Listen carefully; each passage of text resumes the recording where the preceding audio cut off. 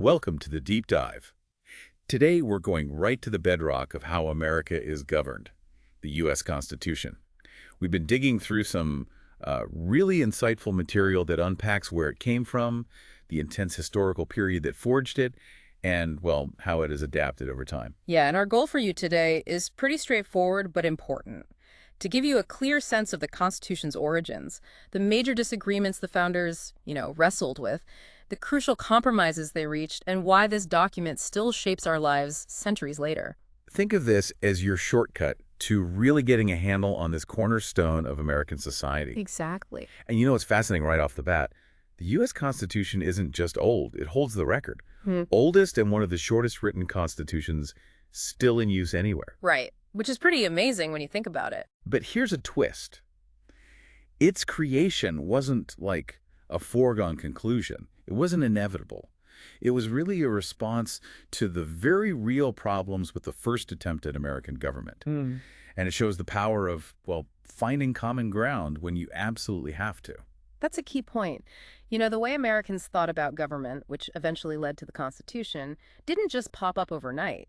It has deep roots in, well, centuries of thinking about politics and philosophy. Okay, let's get into those roots then. Yeah. One of the biggest influences, according to the material we've looked at, is John Locke, a 17th century English thinker. Yeah, Locke. He had some pretty groundbreaking ideas for his time, especially his concept of natural rights. Natural rights. Life, liberty, property. Right, and Locke's argument was that these rights aren't granted by a king or a government. They're inherent, God-given, as it was often put, unalienable. You can't take them away. Exactly, and that idea is just fundamental to how Americans understand freedom. And then there's this social contract theory, the idea that government is created by the people. Precisely.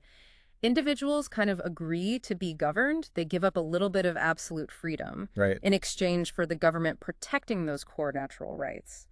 But, and this is the crucial part, if the government fails to protect those rights or actively violates them, then that contract is broken.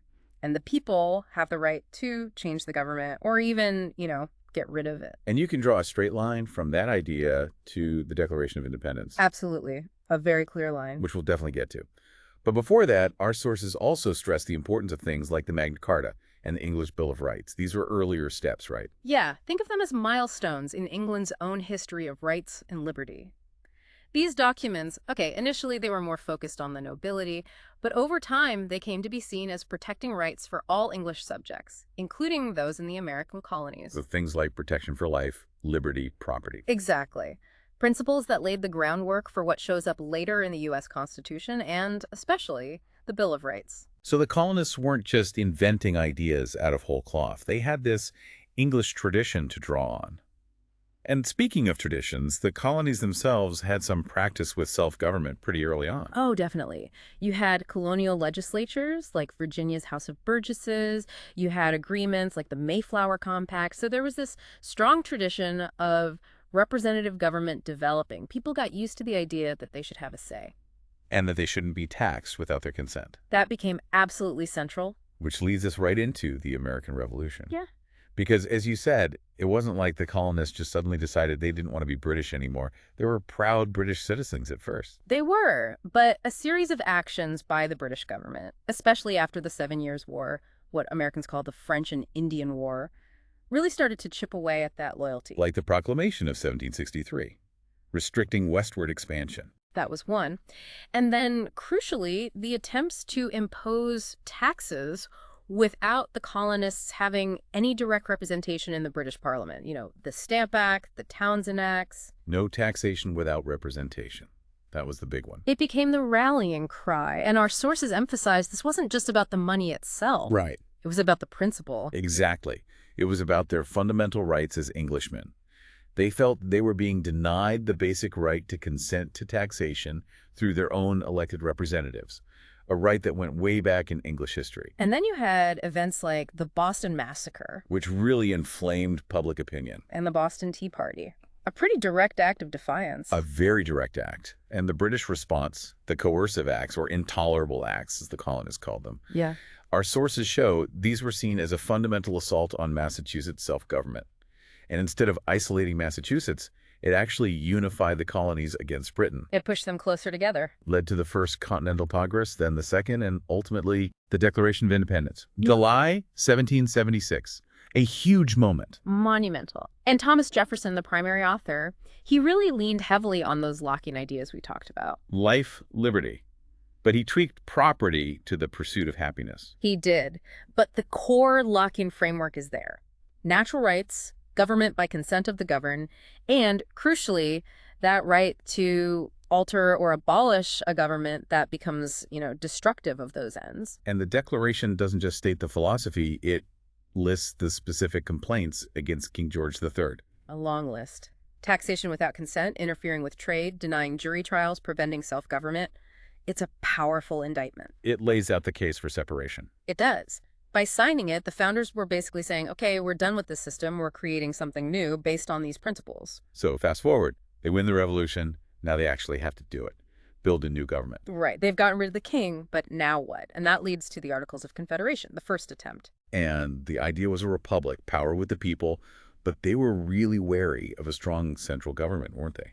Extremely wary. After their experience with Britain, the last thing they wanted was another powerful, potentially tyrannical central authority. So they created a confederation, basically, a league of friendship among sovereign states.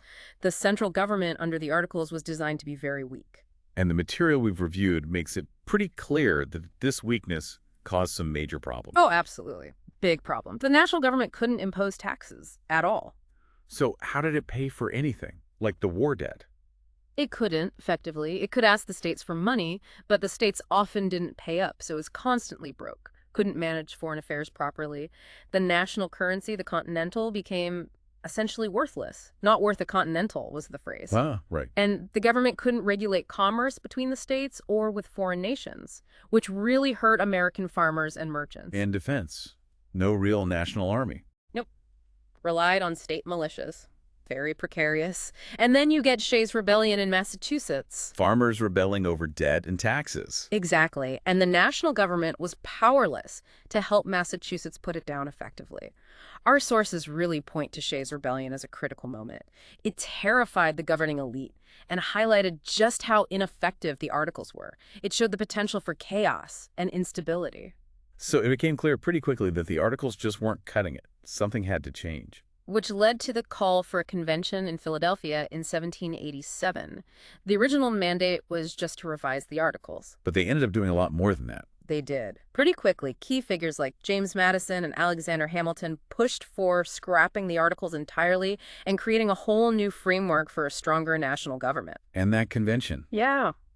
They had a huge task ahead of them, balancing all these competing interests. Absolutely monumental. You had the big states versus the small states.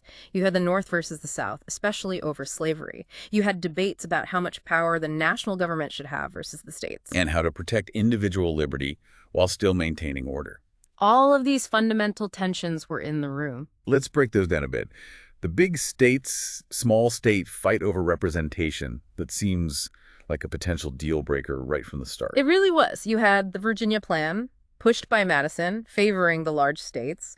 It proposed a two-house legislature, a bicameral legislature. Okay. With representation in both houses based on population. Naturally, the smaller states hated that. Because they'd be constantly outvoted. Right. So they countered with the New Jersey Plan, a one-house unicameral legislature with each state getting one vote. Equal representation, just like under the Articles. So a fundamental clash over the structure of power. A huge clash. And then layered on top of that, you had the incredibly difficult and frankly morally fraught issue of slavery. Yeah, a deep divide. Northern states were gradually moving towards abolition. While the Southern economy was deeply, deeply dependent on enslaved labor, and Southern delegates were determined to protect the institution. And this wasn't just abstract. It directly impacted that representation debate, right? Should enslaved people be counted when figuring out how many representatives a state gets? Exactly. Southern states, paradoxically, wanted enslaved people counted for representation in Congress to boost their power, but not counted when it came to calculating taxes owed to the national government. And the North generally wanted the opposite. Pretty much. It was a deeply cynical political calculation intertwined with the economics and morality of slavery. And then the broader question, how much power should this new national government actually have?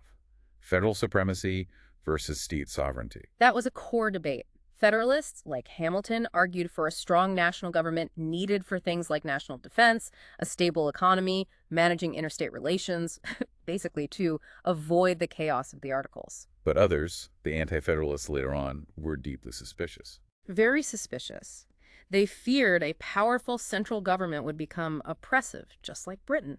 They championed state sovereignty, believing states were closer to the people and better protectors of liberty. And balancing individual freedom with the need for social stability was woven through all of this. It was. How do you create a government strong enough to function effectively and maintain order, but not so strong that it tramples on the rights of individuals? That was the fundamental challenge. So how did they bridge these huge divides? Compromise seems to be the key word. Compromise was essential. They wouldn't have gotten a constitution without it. The first major one was the Great Compromise, or the Connecticut Compromise. This tackled the representation issue. Yes. It blended the Virginia and New Jersey plans. It created the bicameral Congress we have today, the Senate, where each state gets 2 senators satisfying the small states. Equal representation? Right. And the House of Representatives, where representation is based on population satisfying the large states. A bit of both. A crucial breakthrough. And then the compromise over slavery. The 3/5 compromise. This one feels deeply uncomfortable to talk about. It is, and it should be. It was a dark compromise. For purposes of both representation in the House and for apportioning federal taxes, the agreement was to count all free persons plus 3/5 of all other persons, the euphemism used for enslaved people. So enslaved people were counted as less than a full person for political power, basically acknowledging their humanity enough to increase Southern representation, but denying them rights. It's a stark reflection of the political realities and the deep hypocrisy of the time, and it wasn't the only compromise on slavery. Right, there were others. Yeah, Congress was forbidden from banning the importation of enslaved people until at least 1808, a 20-year protection for the slave trade. And the Constitution included a fugitive slave clause requiring the return of escaped enslaved people to their owners. These provisions basically embedded protections for slavery into the nation's founding document. Wow, okay. So beyond these big compromises, the Constitution also set up the basic architecture of the government. Separation of powers. Yes, fundamental. To prevent tyranny, they divided the national government's power among 3 distinct branches.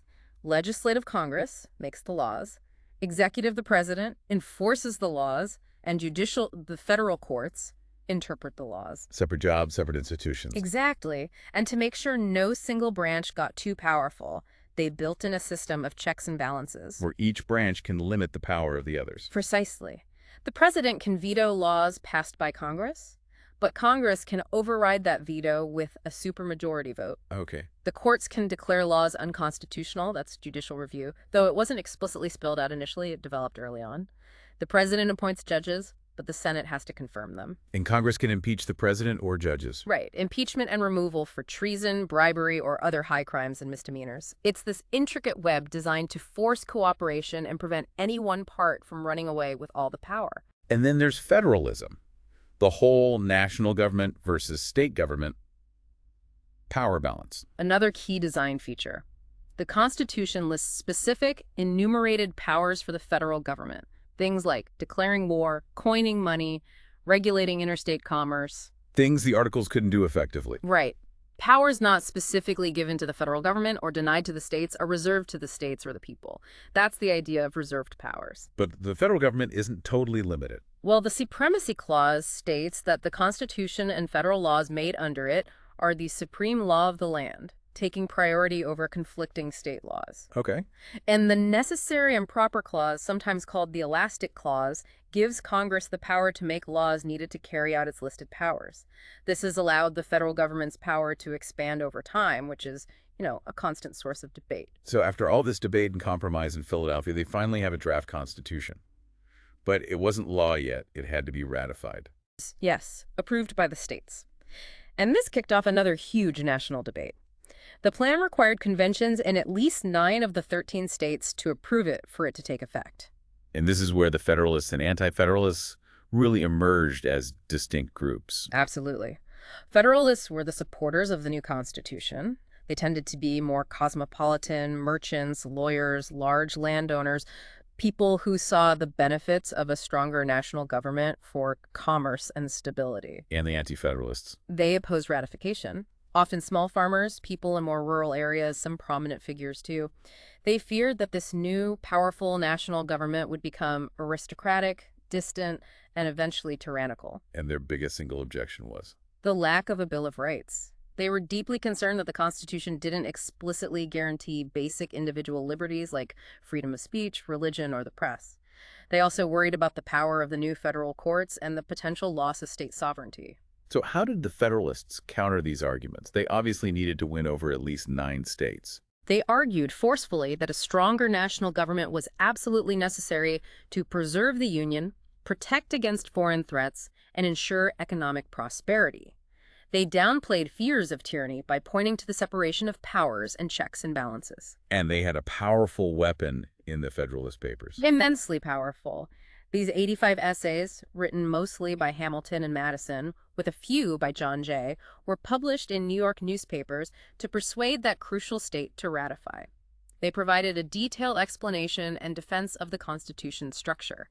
Federalist Number 10 by Madison tackled the fear of factions or special interests. Federalist Number 51 explained how ambition would be made to counteract ambition through checks and balances. They addressed concerns about the presidency, the judiciary, everything. They really laid out the intellectual case for the Constitution. They did, and crucially, the Federalists eventually made a strategic promise. To add a Bill of Rights. Yes.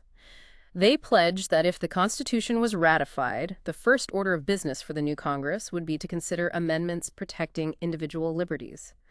That promise was key to winning over support in states like Massachusetts, Virginia, and New York. So the ratification fight was tough, but they eventually got there. It was very close in some key states like Virginia and New York. Delaware ratified first, unanimously. Rhode Island was the very last holdout, only ratifying after the new government was already operating. But eventually, they got the 9 needed, and then all 13. So the Constitution is ratified, the government starts up. But the story isn't over. You mentioned the promise of a Bill of Rights. And the Constitution itself has a way to be changed, right? The amendment process. Exactly. Article V outlines how to amend the Constitution. It's designed to be difficult, requiring broad consensus. How difficult? An amendment has to be proposed either by a 2/3 vote in both the House and the Senate, or by a national convention called by 2/3 of the state legislatures, though that second method has never actually been used. Then, once proposed, it has to be ratified or approved by 3/4 of the state legislatures or by conventions in 3/4 of the states. So a high bar for change. Deliberately high, to ensure changes reflect a strong national consensus, not just a temporary political whim. And the first 10 amendments, the Bill of Rights, were added pretty quickly, fulfilling that promise. Yes, proposed by the first Congress in 1789 and ratified by 1791. James Madison, initially skeptical about needing a Bill of Rights, actually took the lead in drafting them, drawing heavily on existing state declarations, like Virginia's Declaration of Rights and English precedents like the English Bill of Rights. And they cover those fundamental freedoms the Anti-Federalists were worried about. They do. Freedom of religion, speech, press, assembly, petition. The right to bear arms in the context of a well-regulated militia. Protection against unreasonable searches and seizures. Rights for those accused of crimes, like due process, jury trials, protection against self-incrimination, protection against cruel and unusual punishment. Many based on English tradition, but some went further. Yes, the explicit protections for freedom of speech and religion, for example, were more robust than what existed under English common law at the time. And then there's the 9th and 10th Amendments, which are a bit different. Right. The 9th Amendment is fascinating. It basically says that just because specific rights are listed doesn't mean that other rights not listed aren't also protected. It acknowledges that people have fundamental rights beyond just those enumerated. This has been used to support rights like the right to privacy. Okay, and the 10th? The 10th Amendment reinforces federalism. It states that any powers not specifically delegated to the United States government by the Constitution, nor prohibited by it to the states, are reserved to the states respectively, or to the people. It's a statement about the balance of power. So the Bill of Rights was crucial. But the Constitution has continued to change since then through other amendments. Absolutely.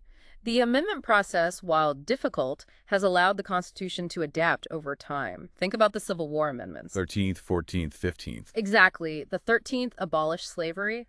The 14th granted citizenship to formerly enslaved people, guaranteed equal protection of the laws, and applied due process requirements to the states, hugely significant.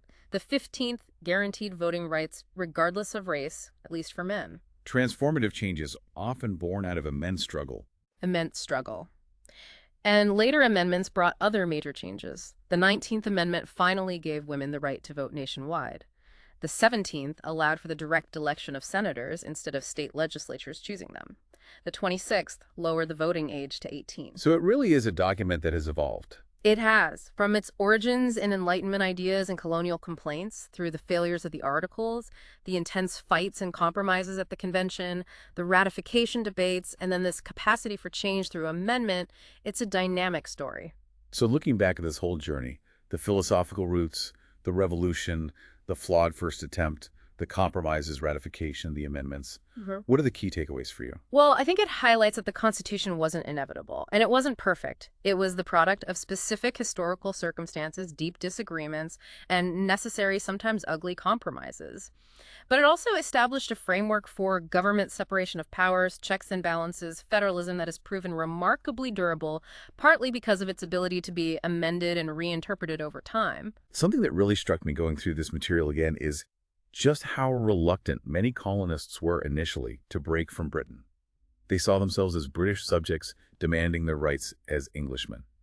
It took a lot of perceived abuses, taxation without representation, the coercive acts to finally push them towards independence. It wasn't a sudden leap. That's a great point. It underscores that the revolution wasn't just about creating something new, but also about preserving rights they felt they already had. And for me, thinking about the convention itself, the sheer difficulty of reconciling the interests of large and small states, and especially navigating the poisonous issue of slavery, even through deeply flawed compromises like the 3/5 clause. It's kind of amazing they managed to agree on anything at all. It really speaks to the sometimes messy necessity of compromise in self-government, doesn't it? Even when the compromises themselves are deeply problematic in retrospect. So for you, the listener, maybe something to think about is this. Which aspect of the Constitution's creation, or perhaps one of its amendments, resonates most with you today? Which part feels most relevant to your life and why? Yeah, and what does the fact that we still debate the meaning and application of this centuries-old document tell us about the ongoing challenge of governing ourselves in a diverse and changing society? It's not a settled history, it's a continuous conversation. Definitely something worth pondering.